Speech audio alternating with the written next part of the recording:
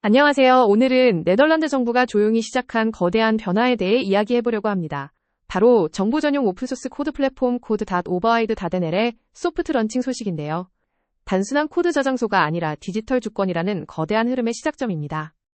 먼저 가장 중요한 숫자부터 보겠습니다. 이 플랫폼은 100% 자체 호스팅으로 운영됩니다. 깃허브나 길랩 같은 미국 빅테크 서비스에 의존하지 않고 네덜란드 정부 인프라 안에서 모든 코드가 관리되는 거죠. 코드.오버와이드.nl은 네덜란드 정부가 만든 공식 코드 플랫폼입니다. 단순히 코드를 올려두는 곳이 아니라 정부 기관들이 함께 오픈소스 소프트웨어를 개발하고 공개하는 허브 역할을 하게 됩니다.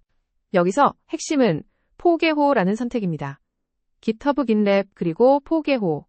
이 세 플랫폼 중에서 유럽이 통제권을 가진 유일한 대안이 바로 포개호예요.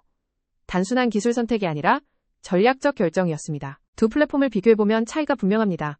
깃허브는 마이크로소프트가 소유한 상업 서비스이고 미국 법에 적용을 받죠. 반면 포개호는 유럽 커뮤니티가 만든 완전한 오픈소스로 정부가 직접 운영할 수 있다는 점이 결정적이었습니다. 포개호가 어떻게 탄생했는지 알면 네덜란드 정부의 선택이 더 잘 이해됩니다. 2022년 기티아가 영리회사로 바뀌면서 커뮤니티가 분리됐고 비영리 단체가 운영하는 포개호가 나왔어요. 정부가 안심하고 의존할 수 있는 거버넌스 구조인 거죠. 여기서 자주 등장하는 단어가 디지털 주권입니다. 쉽게 말해 우리나라 디지털 인프라를 우리가 컨트롤한다는 뜻이에요. 외국 기업이 갑자기 정책을 바꾸거나 서비스를 끊어도 흔들리지 않는 것이 핵심입니다. 왜 유럽이 이렇게까지 움직이는 걸까요? 한 정책 전문가의 표현을 빌리면 이렇습니다. 코드는 곧 권력이라는 거죠. 클라우드 액트나 트럼프 행정부의 관세 같은 사건들이 유럽에 큰 경고를 줬습니다. 실제 플랫폼이 어떻게 작동할지 단계별로 보겠습니다. 정부기관이 코드를 만들고 검토를 거쳐 플랫폼에 공개하고 다시 다른 기관이나 시민 개발자들이 기여하는 순환 구조입니다. 현실적으로 보면 깃허브가 시장의 85%를 장악하고 있습니다. 사실상 독점 구조죠. 포개호는 점유율이 2%에 불과하지만 정부가 의존도를 낮추기엔 충분한 기능을 갖추고 있다는 게 네덜란드의 판단이었습니다. 네덜란드 정부 안에는 그동안 부처마다 흩어져 있던 수천만 줄의 코드가 있었습니다. 어떤 곳은 깃허브, 어떤 곳은 자체 서버, 어떤 곳은 그냥 압축 파일로요. 이걸 한 플랫폼으로 모으는 것 자체가 엄청난 도전입니다. 왜 굳이 오픈소스일까요? 4가지 이유가 있습니다. 가장 중요한 건 첫 번째예요. 세금으로 만든 코드는 시민이 볼 수 있어야 한다는 원칙입니다. 유럽에선 Public Money, Public Code라는 운동으로 자리 잡고 있죠. 네덜란드만 이런 걸 하는 게 아닙니다. 프랑스, 독일, EU 차원에서 모두 같은 방향으로 움직이고 있어요. 특히 2023년 이후에 서버레인 텍펀드가 200만 유로를 오픈소스에 투입한 건 큰 전환점이었습니다. 공공 IT 예산의 약 30%가 중복 개발에 쓰인다는 분석이 있습니다. A 부처가 만든 인증 시스템을 B 부처가 또 만들고 C 부처가 또 만드는 식이죠. 통합 플랫폼이 있으면 이걸 다 공유할 수 있습니다. 무한 측면에서도 오픈소스가 유리합니다. 폐쇄형은 내부 사람만 코드를 보니까 취약점이 늦게 발견되는데 공개되면 전 세계 개발자들이 검증해주죠. 라이누스의 법칙 충분한 눈만 있다면 모든 버그는 잡힌다는 원칙이 적용되는 거예요. 실제로 어떻게 쓰는지 코드로 보면 깃허브와 거의 똑같습니다. 도메인만 코드.오버와이드.nl로 바뀐 거죠. 개발자 입장에선 학습 곡선이 거의 없다는 게 이 선택의 또 다른 장점입니다. 하지만 흥분하기 전에 짚고 갈 게 있어요. 이건 아직 파일럿입니다. 모든 정부기관이 쓸 수 있는 게 아니에요. 소프트 런칭이라는 표현 그대로 조용히 시작해서 천천히 확장하는 단계입니다. 앞으로의 로드맵은 4단계로 보입니다. 지금은 1단계 파일럿이고 점차 확장 통합 개방으로 갈 거예요. 마지막 단계가 되면 일반 시민 개발자도 정부 코드에 풀 리퀘스트를 보낼 수 있게 됩니다. 흥미로운 건 발표문에 직접 적힌 문구입니다. 개발자들의 기여를 명시적으로 초청했어요. 정부가 이렇게 공개적으로 외부 기여를 요청하는 건 꽤 이례적이고 진심으로 오픈소스 문화를 받아들이겠다는 신호입니다. 오픈소스가 보안에 약하다는 오해가 있는데 데이터는 반대를 보여줍니다. 공개된 코드는 폐쇄 코드보다 평균 2.5배 빠르게 취약점이 발견되고 패치되어 정부 시스템에서 이건 엄청난 차이입니다. 물론 장밋빛 미래만 있는 건 아닙니다. 여러 도전이 있어요. 특히 포개호는 깃허브에 비하면 기능이 단순하고 액션이나 이슈 관리 같은 부분에서 부족한 점이 있습니다.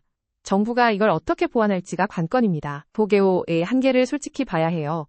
CI/CD나 통합 앱은 깃허브보다 약합니다. 하지만 정부가 우선시하는 건 라이선스 자유도와 데이터 통제권이에요. 그 관점에선 포개호가 압도적입니다. 유럽 주요국 정부의 오픈소스 채택률을 보면 네덜란드는 62% 수준입니다. 프랑스나 독일보다는 낮지만 이번 플랫폼이 자리 잡으면 단숨에 선두권으로 올라설 수 있어요. 미국 연방정부보다 이미 앞서 있습니다. 비교해서 보면 흐름이 보입니다. 미국과 영국은 GitHub를 그대로 쓰고 독일은 GitLab을 자체 호스팅합니다. 네덜란드는 한 발 더 나아가서 유럽 자체 솔루션인 포게오이를 택했어요. 가장 급진적인 선택이라고 할 수 있죠. 이 모든 변화의 철학적 뿌리는 Public Money, Public Code 운동입니다. 시민 세금으로 만든 코드는 시민에게 공개되어야 한다는 원칙이죠. 네덜란드 정부는 신규 코드 100%를 이 원칙에 따라 처리하겠다는 방향입니다. 개발자 입장에서도 큰 의미가 있습니다. 평소엔 손도 못 대던 정부 프로젝트에 풀 리퀘스트를 날릴 수 있고 그 기여 이력이 채용 시장에서 강력한 무기가 될 수 있어요. 정부 IT 채용풀이 사실상 전 세계로 확장되는 효과입니다. 그럼 한국은 어떨까요? 솔직히 한국은 갈 길이 멉니다. 공공 SW가 대부분 외주로 만들어지고 코드는 SI 업체 자산으로 남는 경우가 많아요. 디지털 플랫폼 정부를 추진한다면 이 부분을 반드시 고민해야 합니다. 한국에 적용한다면 어떻게 해야 할까 상상해봤습니다. 법적 의무화부터 시작해서 플랫폼 구축 인센티브 설계 커뮤니티 활성화까지 4단계가 필요합니다. 어느 하나만 빠져도 작동하지 않을 거예요. 포게오가 마이너해 보일 수 있지만 생각보다 훨씬 큽니다. 전 세계에 15,000개 이상의 활성 인스턴스가 운영되고 있어요. 작은 팀부터 거대 조직까지 다양하게 쓰이고 있고 네덜란드 정부 채택은 이 생태계의 큰 호재가 될 겁니다. 오늘 다룬 이 작은 뉴스의 진짜 의미는 여기에 있습니다. 코드가 단순한 도구가 아니라 국가 전략 자산이라는 인식 전환이에요.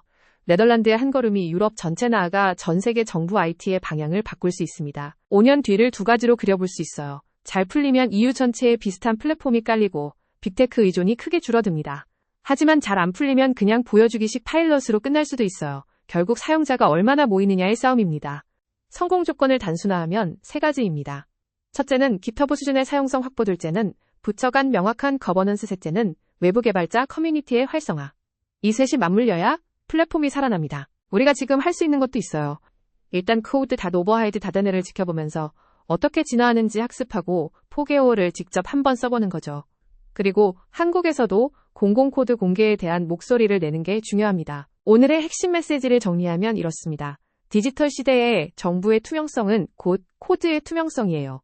그리고 그 코드를 볼 수 있는 건 시민의 권리입니다. 네덜란드는 이 권리를 인정한 첫 사례 중 하나입니다. 오늘 다룬 5가지 핵심을 정리하며 마치겠습니다. 작은 뉴스지만 큰 흐름의 시작이에요. 한국도 디지털 플랫폼 정보를 외치는 만큼 진짜 의미의 오픈 거버먼트로 가는 길을 함께 고민해봤으면 합니다. 다음 영상에서 또 만나요.